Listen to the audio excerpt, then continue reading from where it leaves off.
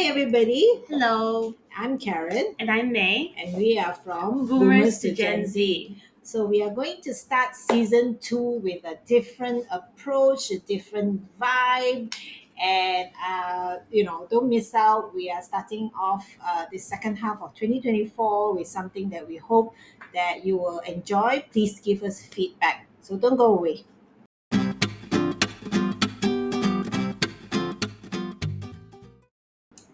Okay. So we're gonna start off this season by we've been now doing the podcast for a while, and we want to start it off by asking each other some juicy questions. These questions are also something that you could use when you talk to like new friends and new friendships, which is something that we've been doing a lot through this whole year. So yeah, let's just get to it. Okay. So we have the questions here, Karen, All right. and the first one is Why do you get to ask first? because I want to see how truthful we're gonna be. Okay. I need to gauge. Okay. What's the weirdest thing you've done in public? Weirdest thing in public. Oh, okay. Remember this. We were celebrating my husband's birthday 1 year, and for some reason I was in the pole dancing fetish. So what I did was I got some friend's husband to stand as poles, and I was the pole dancer. And I think it was one too many glasses of wine for sure. And so that was me dancing around our friends and pretending to pole dance. So That's the weirdest thing that you've done in that public? is pretty weird. Yes. Yes, I would love to see a video of that. Yes. And what is your weirdest thing? The weirdest thing that I've done in public. Oh. She's laughing before. Okay, tell us. Okay, we're going in that direction. Then, there was one time that I was really quite tipsy already. And like in those like nightlife spots, especially the ones in KL, the ones that have a cage.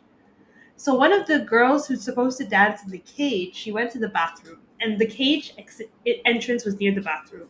So when she went to the bathroom, I was like being cheeky, and I wanted to show my friends that I'm in the cage because they were in the crowd.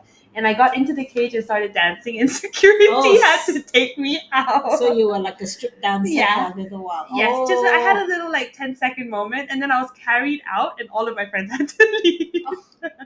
Okay. Yeah. Oh, tell us what is your most embarrassing moments. Yeah.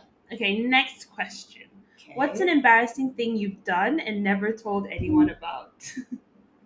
Oh, but if I tell you now, I have to kill you. It's okay. You can't. We have to be here next week. What's the most embarrassing thing that I don't want anyone to know? She's selecting. Can you see? Well, it's kind of embarrassing because there was a moment that I was having diarrhea, and yeah, it came In your pants? in my pants, and I couldn't run fast enough to the toilet. Thankfully, the explosion was in the toilet, not anywhere else after that. So, yeah, that was me years ago. Yes, years ago.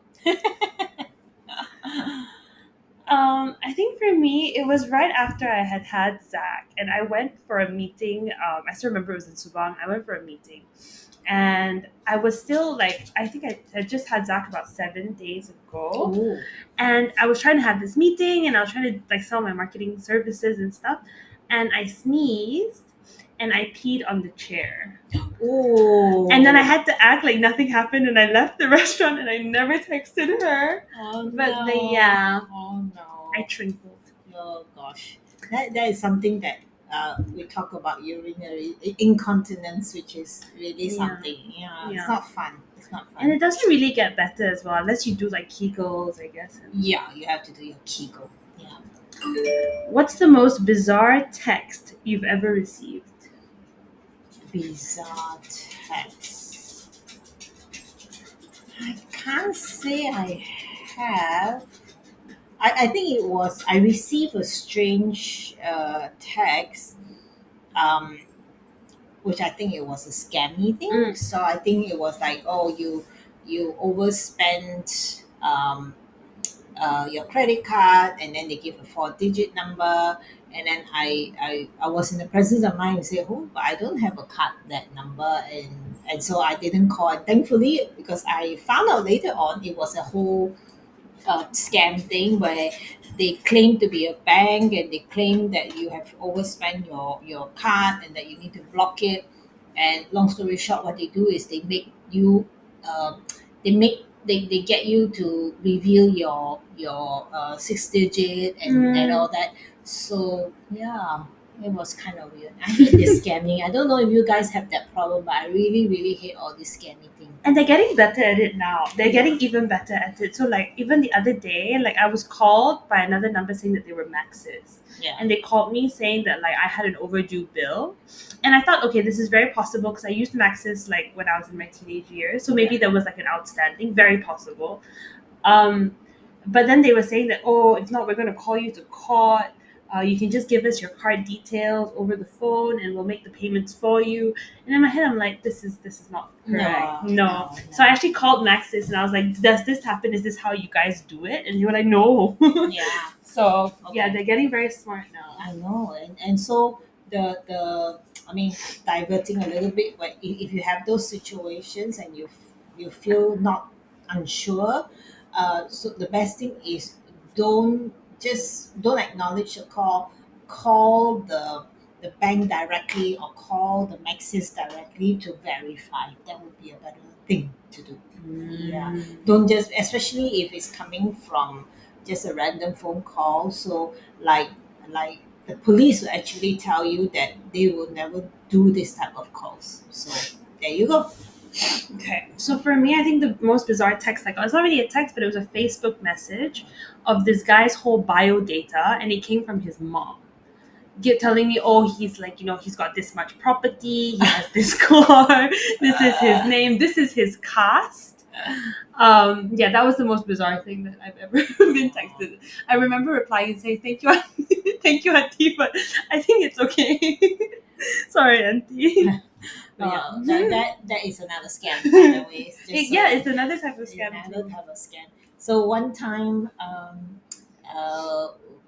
that we received one of these where they tell you, oh, if you'll be doing a great favor if you help them keep that money, because they have so much, and they need to uh, do charity with it, and ask you to keep all this money and blah blah blah. And then we knew it was a scam, so my reply was, yeah, and I'm the Pope's son. And then the reply came back and says, I didn't know the Pope had a son. So yeah, so this is something. Yeah. Okay. Okay. What's the nicest thing someone has done for you? Oh, nicest thing. It would be my husband arranging my 40th birthday, a surprise birthday, and all my friends were in on it a lot, because it was like at least 80 people for the party, and they all knew, and it was so strange. Everyone was there, and I got and I'm not easily surprised normally, because I'm Mm. like really suspicious about what's going on. Yeah, so it was really nice, and that we found and then my family was in, everybody, it was really nice. It was a nice thing. Was it here? It was Yes. here. Yeah.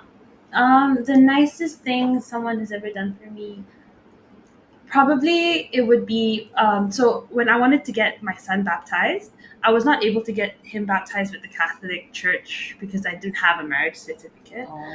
And then like I ended up getting him baptized in the Philippines. So we actually traveled to the Philippines to get him baptized. But I was going through so much like judgment, and like it was just it was so hard for me to go to the church the next day. So actually two of my friends flew down to the Philippines so that I wouldn't have to stand at the altar alone in the middle of mass. Oh, Yeah, yeah. that That is was That is really nice. Yeah. Yeah. So like I didn't have a husband to stand because normally you have to stand at the front and the whole church will be like behind you. Right. But I didn't have to stand alone. So it was really Oh, nice. those are friends to keep. Yes. Yes. If someone wrote a book about you, what would it be called? Oh, boring housewife. No, I don't think so. Try again. Try again. Oh, boring housewife. No. I don't know. I, I. What do you think they should write about? Because I seriously Okay. If I were to write a book about Karen, it would be called. Um, I have the action for it, like Firecracker. Oh, oh, Yeah, why? Firecracker. I'm a firecracker. Because it's like she's very quiet or like seemingly quiet until she gets going, and then it's like. And then it dies out, and then you know how like when you light up fireworks, they go up, and then you think it's over, but then more keep coming. Okay, is that good or bad? It's good. So everything that she does, it's like she really does it to the fullest. And she won't Oh, stop. It'll go until it's done. until it's run out of steam. Yeah. Oh, Firecracker. I think it's easier for me to think about a book that you can write, and I something that um, it's like I would title it my journey from hell and back. Mm. But I'm not back yet, so it would be a trilogy. I don't think so. I think what you've gone through, and what you're learning and still learning, obviously, I think you have proven to a lot of people that you are a survivor. Thank you. So I think that's something to be really proud of. Thanks. Okay.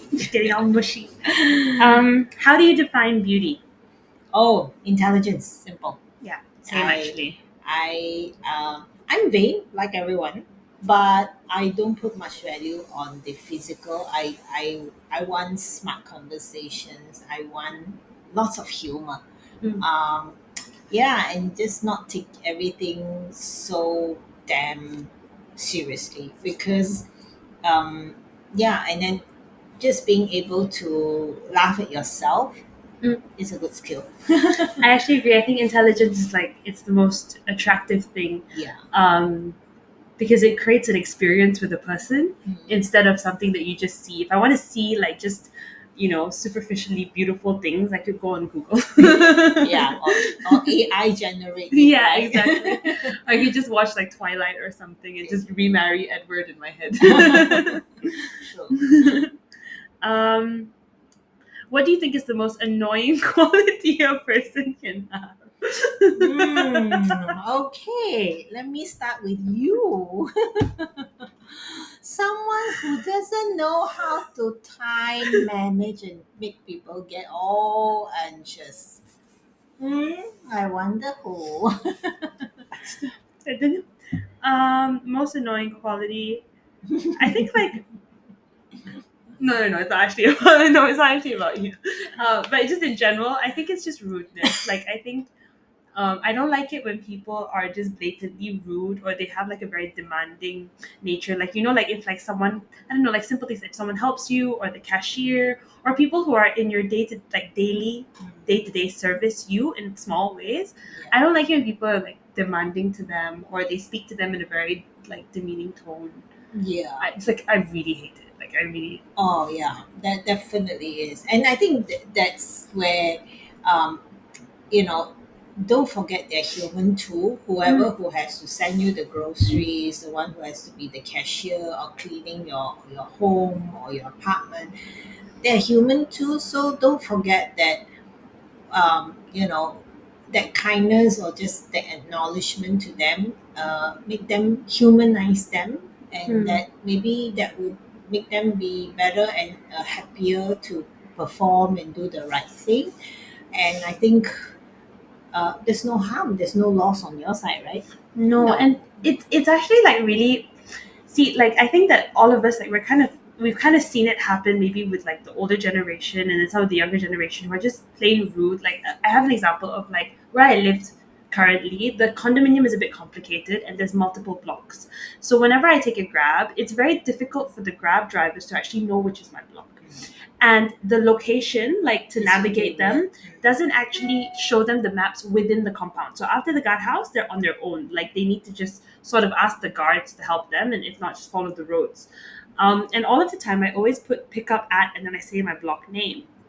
However, I have been scolded multiple times by Grab drivers telling me like, "Oh, like you put drop off at like a guardhouse. How can you go inside? You stupid or what?" All types of things. And in my head, I'm like, I could actually in this position get angry because I'm not the one who's giving the service.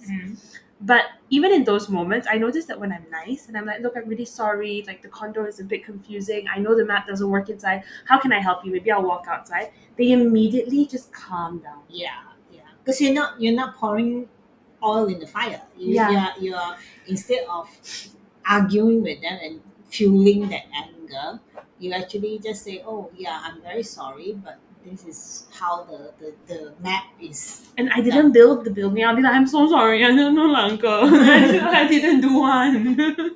Where you want me come? But it is true that sometimes, it's like we go jogging at the gardens quite often, and then I see some elderly who are they're very grumpy and they're going. And what we did was a little experiment that we kept going, "Good morning, good morning," and then we kept doing it for after a few sessions of seeing the regular grumpy people doing that. And it was funny. This experiment worked because, like, literally after the fourth or fifth time, they were going, "Hi, good morning." Yeah. So It can be contagious. it is. Why have that grumpiness? Why not bring that joy? And if you can't see it from others, then do it yourself. Bring that joy with you. Mm, mm. Yeah. So we'll move to One the last next. last one. Last one? Mm. Okay. So there's this term that the Gen Zs keep using, which is like, oh, like, like you always think about the Roman Empire. Have you heard this term? No. Okay, so the Roman Empire, as much as it is something really big on its own, it's basically something that happened in the world that you're very fixated on, like that you're subconsciously you think about. It could be things like gravity, or it could be things like aliens, something that just like kind of lingers in your mind and it's always been with you, something you're very curious or like, oh, wow, about. Oh. Yeah. So it's like extraterrestrial. It doesn't kind have to be. It can be something very real. Like you find gravity very fascinating, and you sometimes when you're alone thinking like, "Oh, imagine if we just like stop spinning, we'll fall off." Like things that just like the thoughts that pass through your head, which are very historical or scientific. Oh. Okay. So Do you what's have? yours? Actually, yeah, mine is gravity. I Like do. you question where how gravity works. I find it so cool. So like when I'm in the swimming pool, before I even start swimming, I'll do this thing where I float and just fold my legs. And I'll be like, oh, so cool. Like I'm floating in something that's being pulled to the center. And I just find all of those layers of science very, very intriguing. So I'll just like think about it. Or like when we're in the car, I will be like, oh, and then so when you go over a speed bump, you go up in the air for a bit, then you go back down. I'll be like, oh, gravity. Okay. Actually, I don't. You I don't have have these never thoughts? really ponder on that. So yeah, No, I can't you don't conjure. have. I no. You don't have. I don't know. Maybe the older generation has all the answers. Maybe I'm not that curious sometimes. Yeah. Okay. So that's our first episode for our second season. And we'll be back next week. And please note that it's just fun conversations, hopefully a little thought provoking, but I don't think today's is. But in the meantime, please like, please subscribe, and let us know what you think. We'll see